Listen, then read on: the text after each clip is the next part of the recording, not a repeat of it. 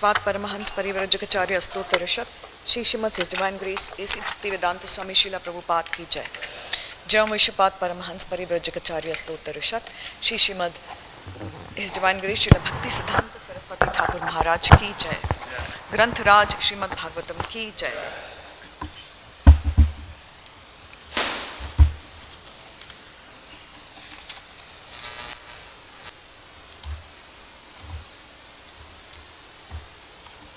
Hare Krishna.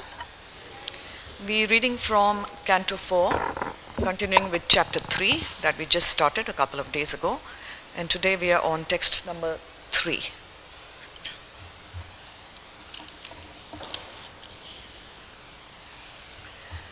Om Namo Bhagavate Vasudevaya. Om Namo Bhagavate Vasudevaya. Om Namo Bhagavate Vasudevaya. Narayanam Namaskritya Naram Chaiva Narottamam Devim Saraswatim Vyasam Tato Jayam Udirayet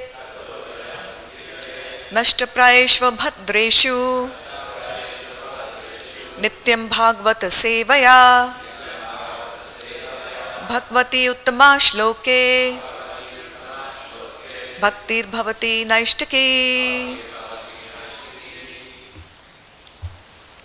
Canto 4, Chapter 3, text number 3.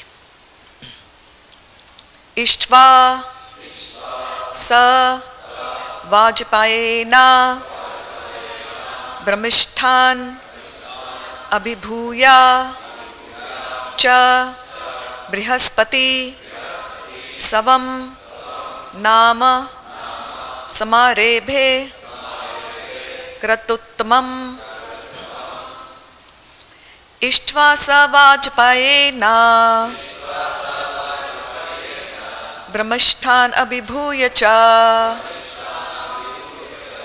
bṛhaspati-savam nāma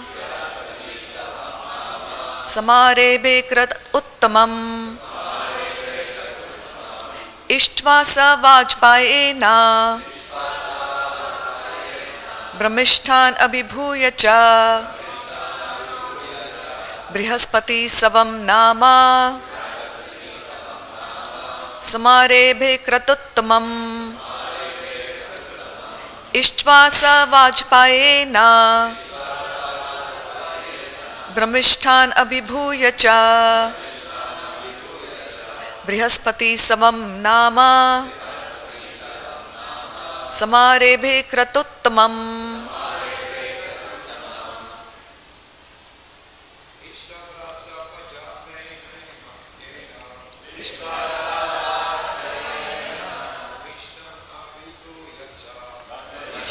abhibhūya cha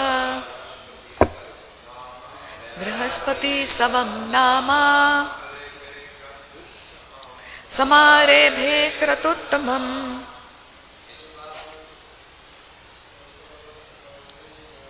iṣṭvā sa vājapeyena brahmiṣṭhān abhibhūya cha bṛhaspati-savam nāma samārebhe kratu-uttamam iṣṭvā sa vājapeyena brahmiṣṭhān abhibhūya cha bṛhaspati-savam nāma samārebhe kratu-uttamam iṣṭvā sa vājapeyena brahmiṣṭhān abhibhūya cha bṛhaspati-savam nāma samārebhe kratu-uttamam iṣṭvā sa vājapeyena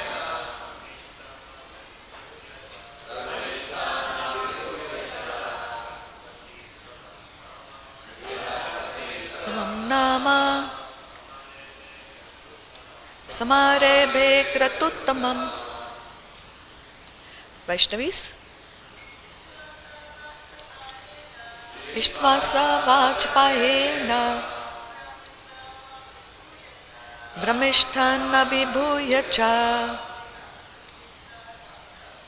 bṛhaspati-savaṁ nāma samārebhe kratu-uttamam.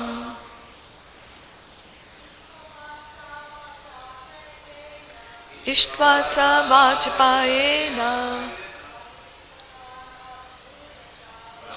abhibhūya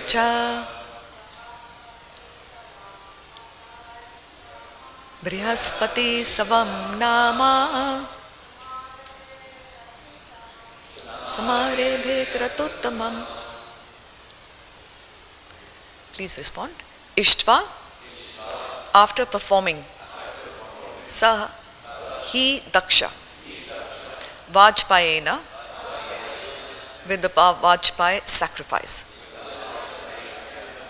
brahmiṣṭhān, Śiva and his followers, abhibhūya, neglecting, cha, and bṛhaspati-savam, the bṛhaspati-sava, nāma, called, samārebhe, began, kratu-uttamam, the best of sacrifices.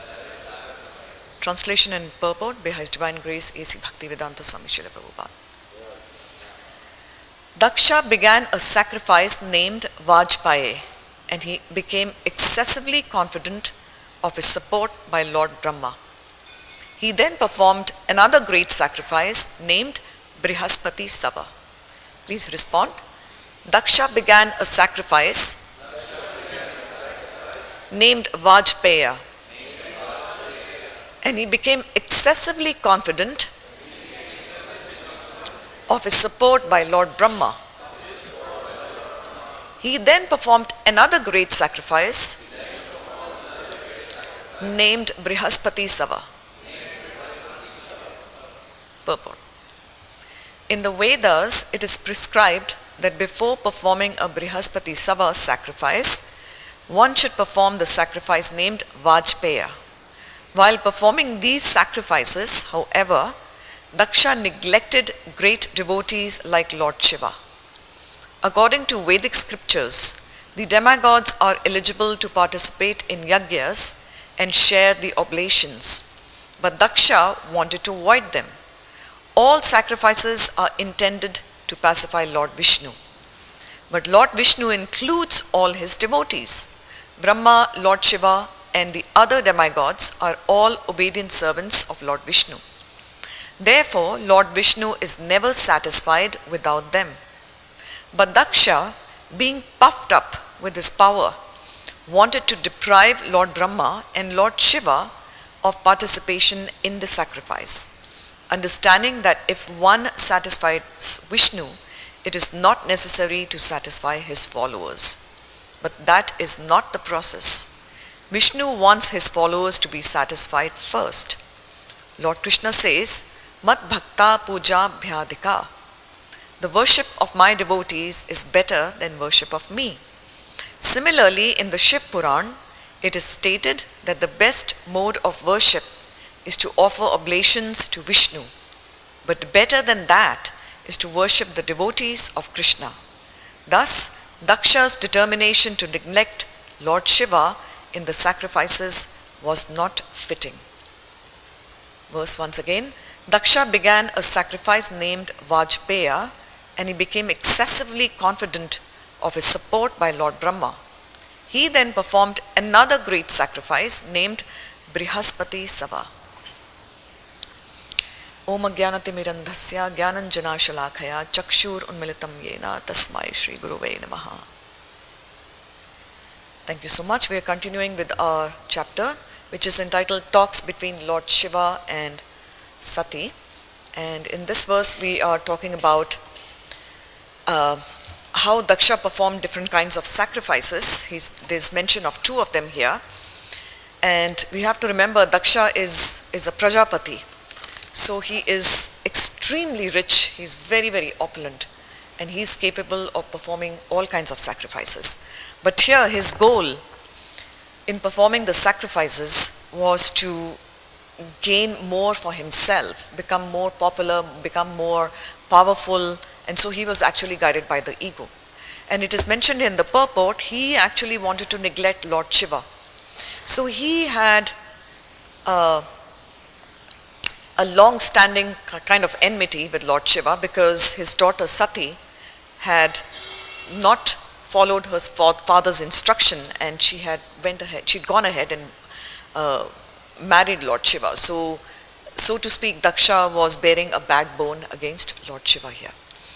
So here, I'm just going to talk about, I did some research yesterday, since there's mention about sacrifices, two of them in particular, vājapeyena and bṛhaspati-sava. These are very interesting terms in Sanskrit. So I did a lot of research yesterday trying to find out what are the various Vedic sacrifices that used to happen millions of years ago. And there's a lot.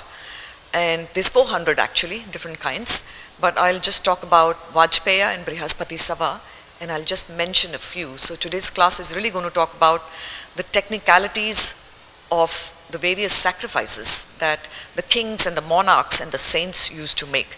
And it is absolutely mind-blowing when you read all the different technicalities which go into the sacrifice. It's absolutely amazing. It has to be so precise, so sophisticated, and it requires millions and millions of money and fortune here. So I'm just going to start the class by talking about what Srila Prabhupada has written in Bhagavad Gita, since it's mentioning sacrifice. And this is from 425, the purport. Srila Prabhupada writes, factually, sacrifice means to satisfy the Supreme Lord Viṣṇu, who is also known as yajña. All the different varieties of sacrifice can be placed within two primary divisions, namely sacrifice of worldly possessions and sacrifice in pursuit of transcendental knowledge. So it's very clear which sacrifice as aspiring devotees of Krishna we are trying to follow here. Those who are in Krishna consciousness sacrifice all material possessions for the satisfaction of the Supreme Lord, while others who want some temporary material happiness sacrifice their material possessions to satisfy demigods such as Indra, Surya, and so forth. The Krishna conscious person like Arjun, however, sacrifices everything for the satisfaction of Krishna. So this is mentioned here, what our sacrifice should look like versus the sacrifices which are done by essentially people who follow the karma kanda path. Karma kanda means I will do something, I'll sacrifice something, but I want something in return. So it's more of a bargain here. So it's people who follow the karma kanda path, they actually sacrifice their material possessions only for a temporary period of time in order to gain more material possessions. So it's almost like a bargain here, which is not the goal of a devotee. The devotee wants to sacrifice everything for the satisfaction of Lord Viṣṇu and not get anything in return. Well, get pure love of Godhead in return. But that's not a material possession here. So there are various papers written by very advanced Sanskrit scholars in the academia, and I've taken a couple of references from them here. And it is mentioned in the 4 Vedas, the Vedas which are Sam, Atharva, Yajur, and Rig Veda. And these Vedas are very voluminous scriptures which will take us more than a lifetime to study here. And different Vedas give different kinds of rituals that need to be performed here.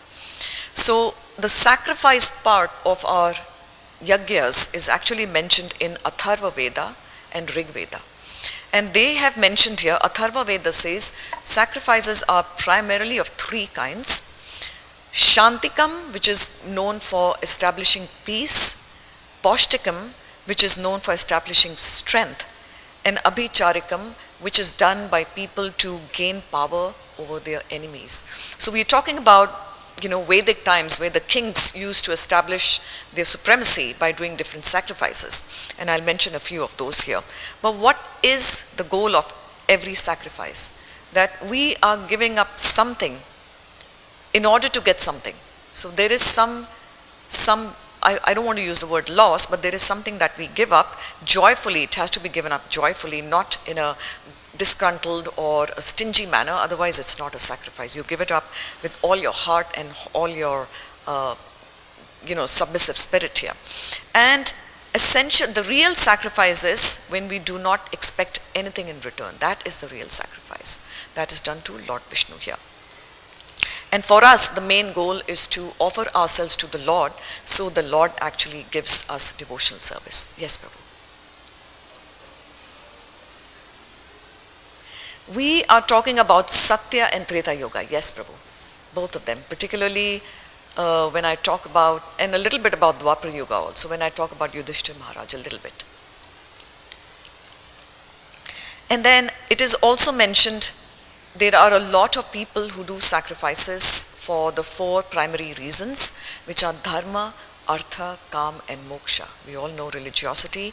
Artha is fortune, kama is lusty enjoyment, and moksha is liberation.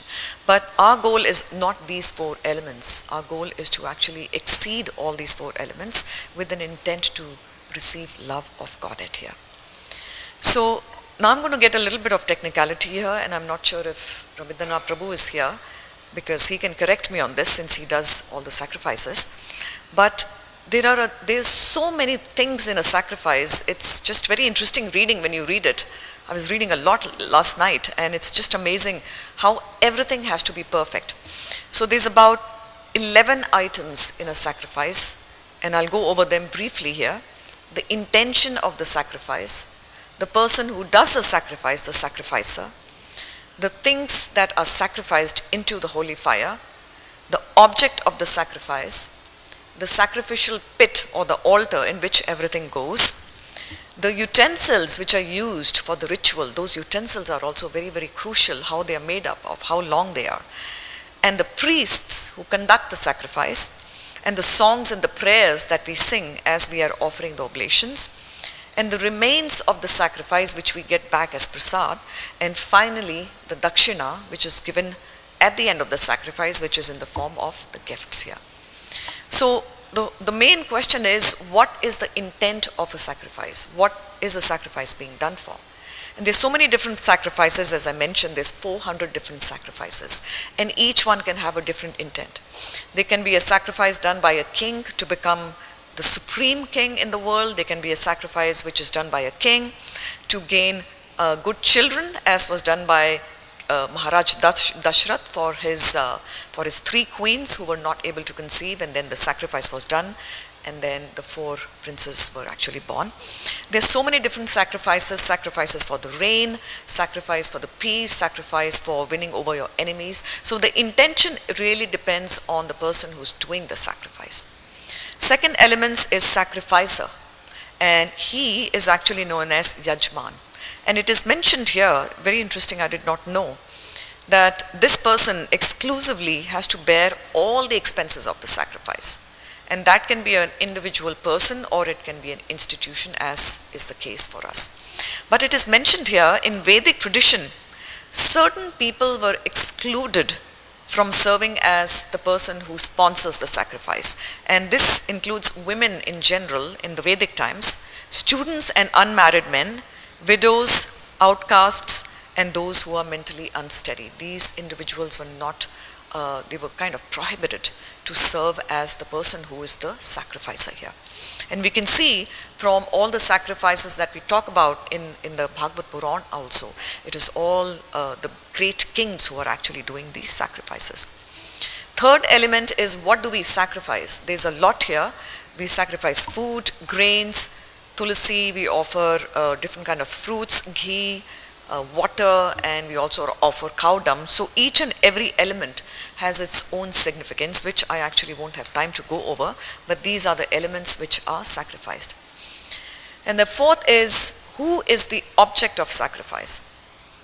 We do know it is Lord Viṣṇu, Lord Krishna, but here, who is receiving the oblations? Agni Dev, the fire god, is receiving the oblations. In fact, it is mentioned the flames in which everything is offered is the tongue of Lord Viṣṇu. But Agni is collecting all those oblations and giving them to different demigods But eventually, it is Lord Viṣṇu who needs to be satisfied. So the object of sacrifice is always Lord Viṣṇu, regardless of whether sacrifice is done to appease Lord Surya Dev or Chandra Dev or Indra Dev here. Then the next element is the sacrificial pit, which is known as Yajña Kunda or Homa Kunda. And it is mentioned that this design can take as long as months and years. It has to be a specific size, a specific design. It has to follow a very, very unique geometrical pattern here.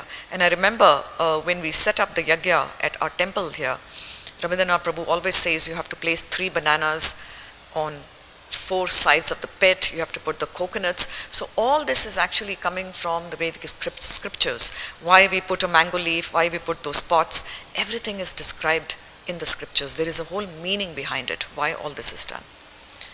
And then it is utensils. This is something which was very interesting.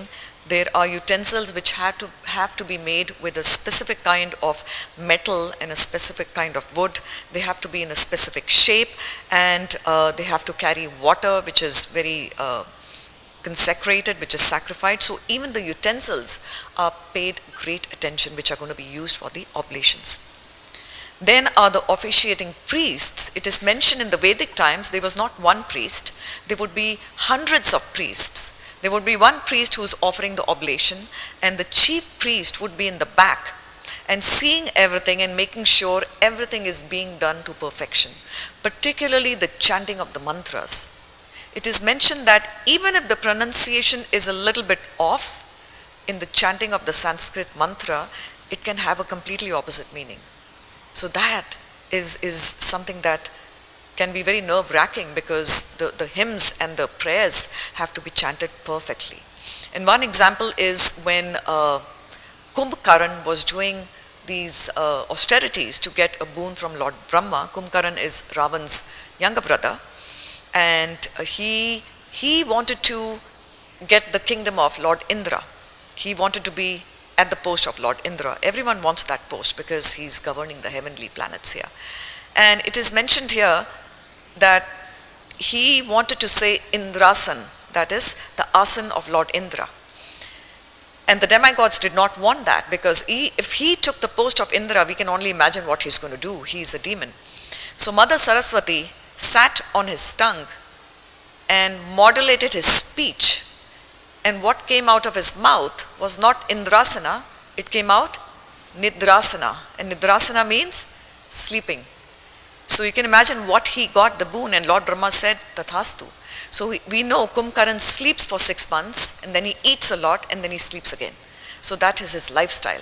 So this happens as a result of what he spoke from his mouth. Slight difference, Indrasan versus Nidrasan was a huge difference for him. But that's the benediction he got from Lord Brahmā. So that is the potency of actually the proper pronunciation of the Sanskrit hymns. And then finally we have the remains of the sacrifice. And these remains, which is prasad, as we see, we offer flowers which are given, we offer fruits, cookies and dates and all that.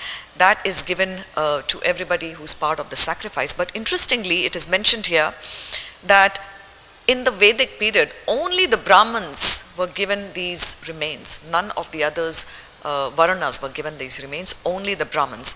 And the women who were desirous of having wonderful children, they were also given these remains, as we see from Lord Dasharath's sacrifice here. And finally, the gifts which are given is given to the head priest and all the other priests, the officiating priests. These gifts can be, actually these gifts were very, very rich.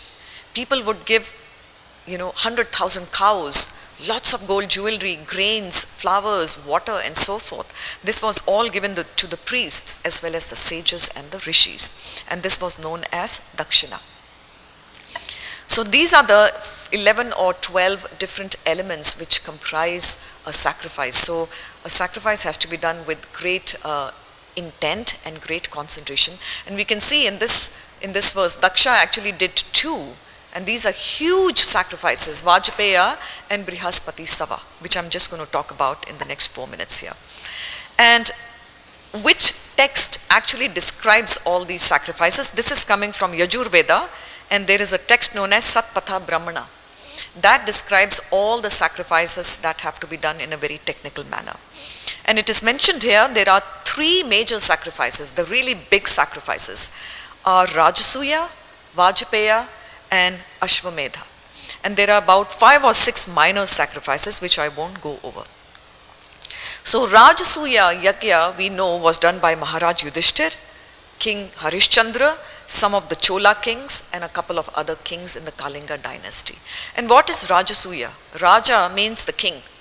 So Rajasuya is only done by kings to establish their power, to establish their supremacy, and it's very similar to Ashvamedha, except that in Ashvamedha a horse is involved, but the principle is the same here, that they want to establish their sovereignty, they want to establish their supremacy. And Rajasuya is an extremely expensive yajna. It is mentioned here, which I was not aware of, a Rajasuya yajna takes more than 2 years to complete. But I'm not sure these 2 years are human 2 years or these are 2 years which are corresponding to celestial 2 years. That part is a little bit doubtful here. Then the other sacrifice is what we are talking about, Vājapeya. The word is coming from 2 words. Vaja means food and peya means drink. So anyone who conducts Vājapeya, and very few people can conduct it actually because it requires a lot of wealth here. It means that person will get perpetual eternal food, whoever is doing this yajna. And Dakṣa, of course, is a prajapati. He has to, his whole job is to increase the progeny. That means he needs food in the kingdom every time eternally. And it is mentioned here, even Vājapeya is also meant for attaining great power, particularly for the kings here. And this Vājapeya was done by only 2 people as per my research here. One was Dakṣa and the other was another king known as Chandupati. I tried to find out who he was, but I could not get here. Now, interestingly, Vājapeya has 3 major rituals that have to be done. Completely baffling rituals. It's just amazing how these sacrifices are so complicated. The first ritual is there is a chariot race. And the person who's doing the Vājapeya yajna is participating in a chariot race which consists of 17 chariots. And he is made to win that race. He has to win that race. Then only he'll be perfect in performing the Vājapeya. So obviously Dakṣa was probably involved in this. The second is the person who's doing the sacrifice along with his wife has to mount a post and actually touch a chariot wheel which is placed on a post, because that chariot wheel represents the symbol of the sun. So they get the power of the sun. And the third is the number 17 in Vājapeya. It has a very particular significance. 17 objects are offered in the fire. The Vājapeya yajna lasts for 17 days, and there's so many other things which have the connotation of connected with the number 17. I'm not sure why, what is the reason, but these are very simple elements of Vājapeya. If we start reading the Shastra, there's a lot more which is going on here. And the third one, which is very powerful, is Ashvamedha, and that was also done by Maharaj Yudhishthir. The main difference between Ashvamedha and Rajasuya is there is a horse involved here. And even the description of the horse is given in our Shastras. It cannot be any horse. The horse has to be black in the front, white in the back, and it has to have like a tilak marking on its forehead. And that horse is let loose. And the horse is followed by various soldiers who protect the horse. So wherever the horse goes in different kingdoms, that king has to surrender himself to whoever is doing the Ashvamedh sacrifice. In this case, Ashvamedh sacrifice is being done by Maharaj Yudhishthir here. So it is mentioned here, after the horse roams around for a whole year, every king in whose kingdom the horse went has to become subordinate to, in this case, Maharaj Yudhishthir. That is the main goal. And then the horse comes back and is protected, and there's a lot of things which are done to the horse after that. So Lord Ram did this, Maharaj Dashrath did this, and King Samudragupta along with Maharaj Yudhishthir also did this. And then there are other sacrifices, such as Chaturmasya is actually a sacrifice also. We do know that we abstain from so many things in those 4 months. And I remember Suhas Prabhu had given this class 15 or 18 years ago, and I and my husband never used to follow Chaturmasya. But you gave that class, and it was a very powerful class, I remember. And you said, all of us must do Chaturmasya. God, it is very critical. And from that year onwards, we started doing Chaturmasya, thanks to your instruction. And there is abstainment, but it's really not a hardship. It's not like, we have to sleep on the floor, but we abstain from certain food products, which is not a big austerity here. And finally, I'll end with how Dakṣa also did another one, which is bṛhaspati-savaṁ. So there's not much mention in the scriptures about this, except that this happens side by side, or this happens right after the vājapeya sacrifice, and this was also in the scriptures only done by Dakṣa and Chandu Pandita. I'm not sure who that person is, but this is mentioned here. And this is done to appease Bṛhaspati, who is the priest of the demigods here. But there's not much other information here. So for us, we do know our sacrifice is the Sankirtan Yajna, which is sung together, Kirtan chanting. So congregational chanting of the holy name of the Lord is our sacrifice for this age, Kali Yuga. And the sun part is very crucial here. That means we chant together congregational chanting of the holy name. That is the only recommended sacrifice which will actually purify us. So before ending, I just did a search to find out what is the most expensive sacrifice which was done in modern day history.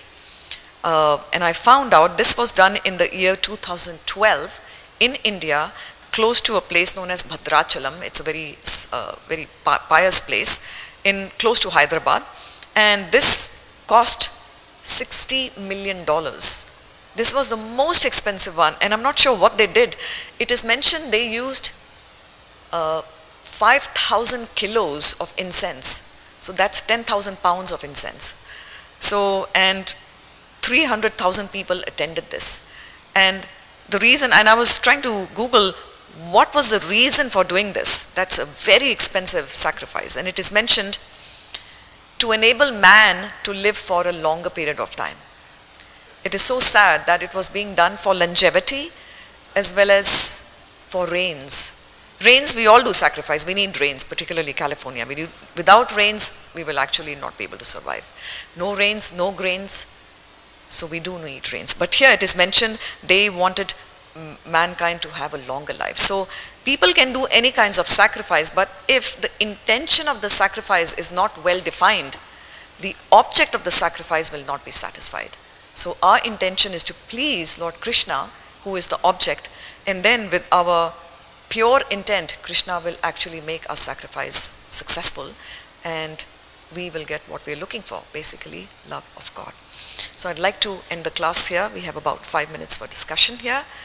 Yes, Prabhu, and please do correct me for all the priests who've been doing sacrifice for 45, 50 years. Please. Thank you very much for that informative class. Couple questions. You spoke about Rajasuya and Ashwamedha, and where does Gomeda Yajna fit into this? And as far as that Ashwamedha goes, we understand that the horse travels for 1 year's time. Is it led at some point? Because how do we know it comes back to the kingdom? Thank you, Prabhu. Excellent questions. So I actually don't know anything about the Gomedha. I'm so sorry, but I don't know. I haven't read too much about it. I know about the term, but I don't know much beyond that, the Gomedha. So if anybody knows, we can definitely get some feedback. Regarding your second question, the horse is followed by maybe hundreds of soldiers. It is mentioned by a large number of soldiers, and they want to prevent the horse from being impaled or somebody stealing the horse. So there are soldiers who follow the horse, but the horse is given a free rein. He is just free to go around anywhere, but eventually the horse is brought back after a 1 year period. So he's led back to the original. He's led back to whoever is performing the sacrifice, after all the kings where the horse went have surrendered themselves to the Lord, to whoever's doing the sacrifice. And I was reading, I didn't want to talk about this, But there's a very graphic description how the horse comes back and is actually sacrificed. But it's a very graphic description there, which I don't think we will talk about here. But we understand that after that yajna, the horse is rejuvenated. Yes, yes. In fact, it is mentioned, there's a whole ritual how the queen sits next to the horse and gets the power of the horse before the horse is sacrificed, so she can have powerful children. There's a whole ritual here. It took me, it's like a 2-page ritual, which is very hard to go over. Yeah.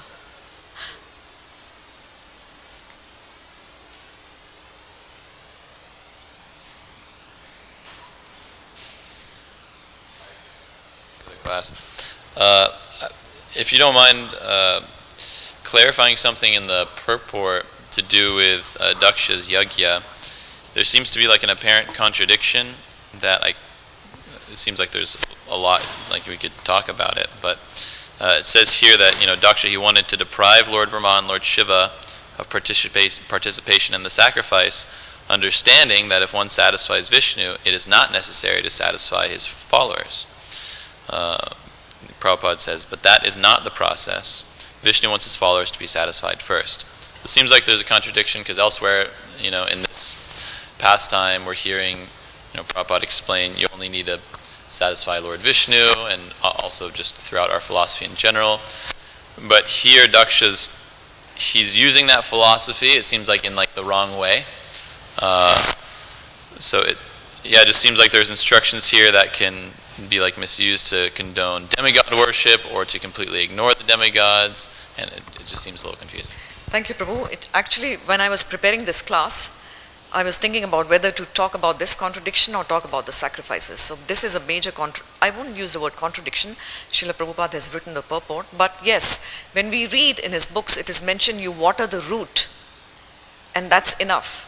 Because the root will transport all the water to different parts of the plants. So you don't need to separately water the flower, the stem, and so forth. Naikatma Prabhu, you had your hand raised, yes. I just wanted to respond to that question as well. Prabhupada explains in the purport that it's not that the demigods are necessarily given the oblations that it's required, but that they're simply eligible. In other words, Dakṣa didn't have to offer it to Lord Brahmā or the other demigods or Lord Śiva. By karma kandiya you do, but in this case, he's decided, he's taking the option of not offering.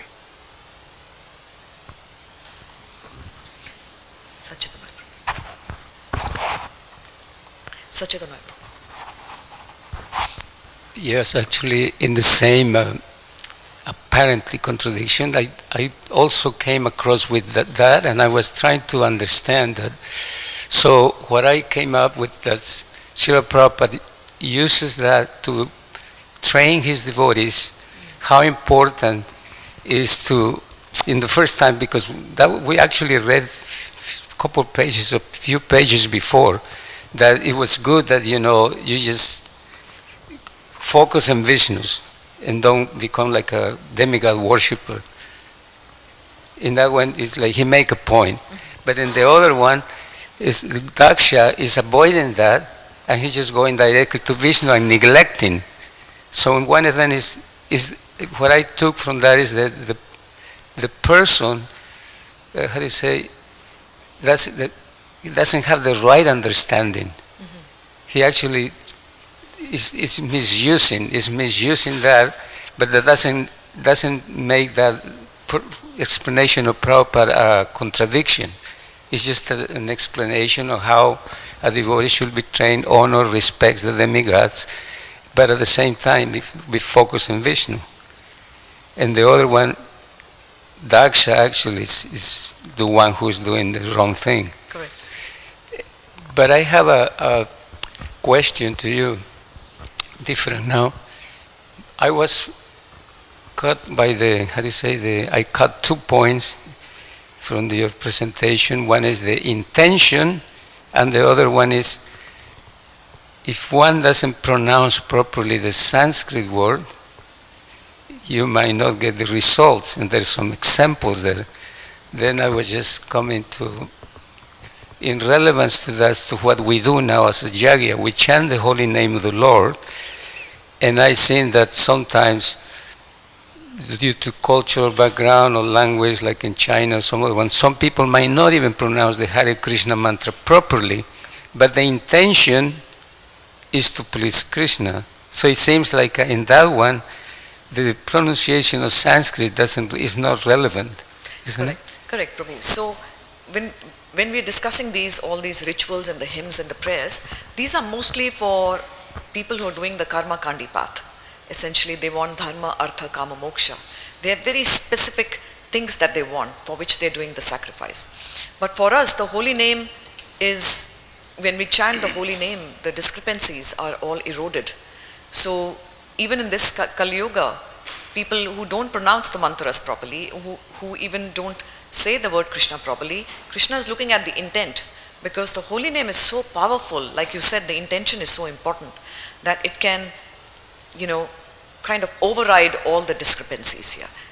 Prabhu just would finish, continue with that. Yes. Now on the other side, we have many devotees give like japa retreats, Yes. and then they really focus in training us or teaching us how to be minded, how to pronounce, how to not be distracted. And many examples has been given that sometimes, we do like Krishna, Krishna, Krishna, Krishna, Ram, Ram, Ram, Ram, Ram, and says, where are you going to end up? Prabhu, you're not calling the name of Krishna. So there was the intention there was, it seems like it was not focusing, that your mind is going in a different place.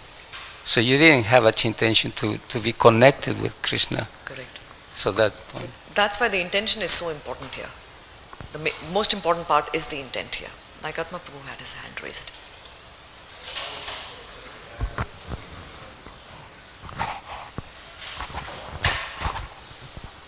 I was just going to add to Sachitanoi Prabhu's comment.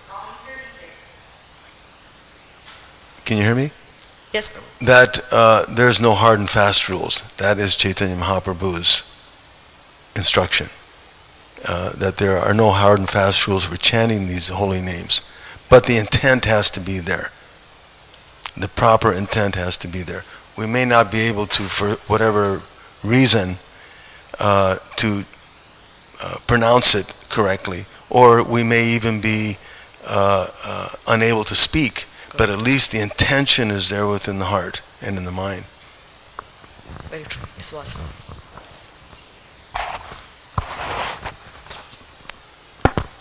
I don't know, as a new devotee, I remember this issue had come up a lot of times in different places, and usually the answer that I remember from Prabhupada, which kind of stuck with me, is that we do a lot of these ritualistic sacrifices, not for us, but we do it for the people that come to the temple, because that's what they're mostly inclined towards, or that's what they actually are, taught. So we do those activities to attract them, to come closer to Krishna consciousness.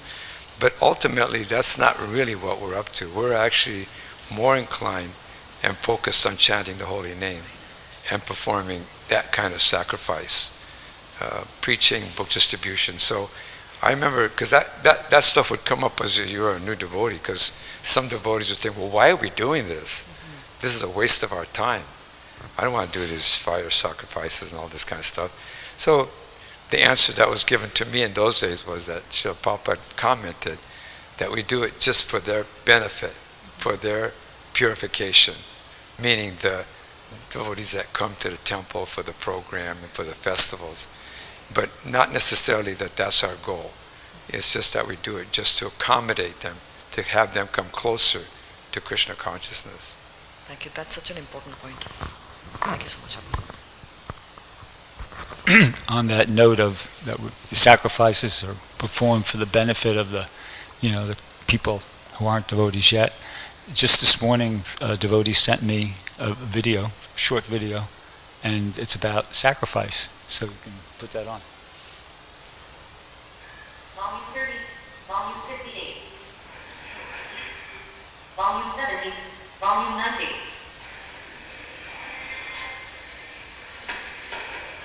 That's in a mall in Michigan someplace.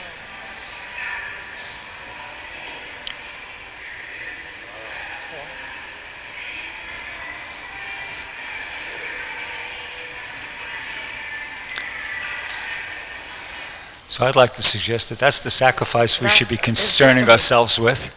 And I mean, I'm not trying to point a finger.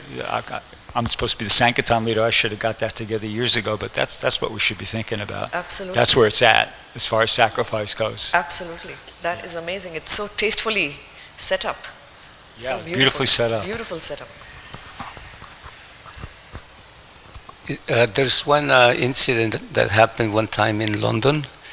There were some devotees who were, after going in Harinam, and at that time Prabhupada was physically present, they were rejoicing. It's kind of strange to me, but how it happened, but when I heard this. But they were actually very happy about the yajña that it was done, how Harinam was very wonderful for them in their eyes, and they were so joyfully describing this event. And then Prabhupada heard this, and then he said, the Harinam is not for your own pleasure. The Harinam is for the pleasure of Krishna. Mm-hmm. And I was thinking that, how I was trying to put that together, like, just normally devotees, we feel happy and, about an event that went there and you did the yajña, you chant the holy name.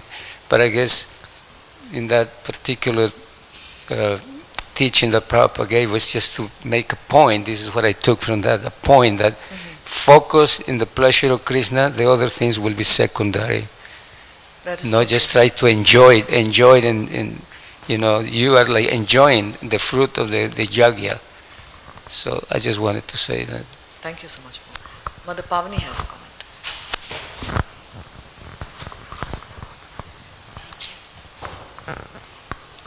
Also, we always were taught that even the dressing of the deities, even the service that we do to dress the deities so beautifully, we do that to enliven people that come to the temple and to enliven the book distributors to go out and distribute more books. So even that, it can't be claimed that we do that even as a ritualistic activity. Thank you so much for sharing that. I'd like to end the class here. His Divine Grace A.C. Bhaktivedanta Swami Srila Prabhupada ki Jai.